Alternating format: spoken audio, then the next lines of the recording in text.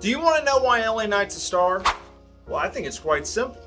And in this video, I'm going to break it down. But before I do, I know that I join a lot of people in the fact that I think LA Knight is a future main eventer, a future World Heavyweight Champion, a future undisputed WWE Champion. I want to know, down in the commentary below, do you think LA Knight is worth the hype? Is he or is he not up to the squeeze that everyone is putting him up to be?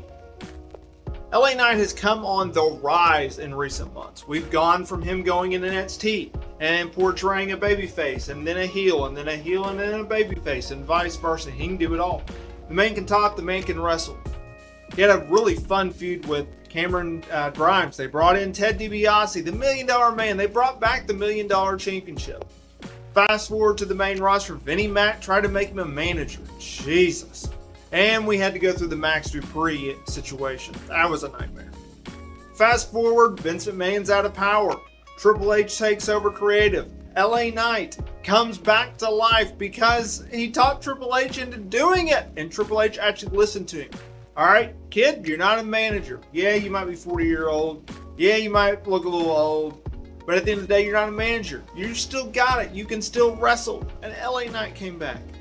And despite the fact that he's a heel, and despite the fact that WWE has tried everything in their power, for the most part, to turn this guy into a heel, the fans, well, they just rallied behind him.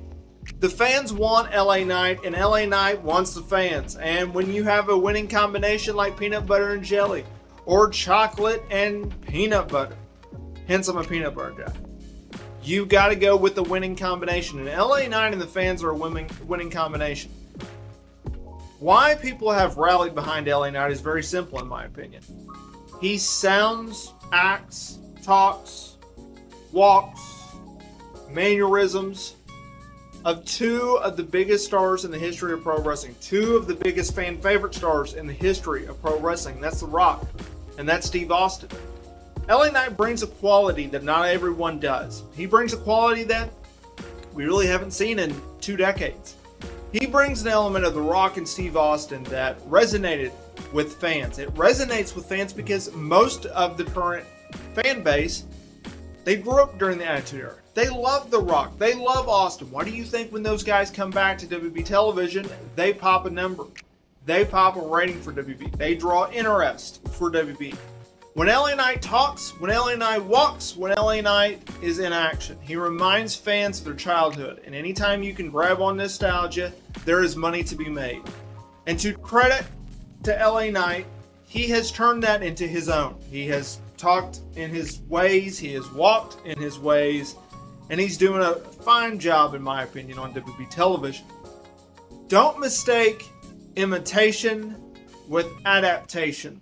And LA Knight is adapting to the environment. He sees a gold mine, he's going to take it, and that's what he's doing. And in a business where there can only be so many top guys, LA Knight wants to be one of them.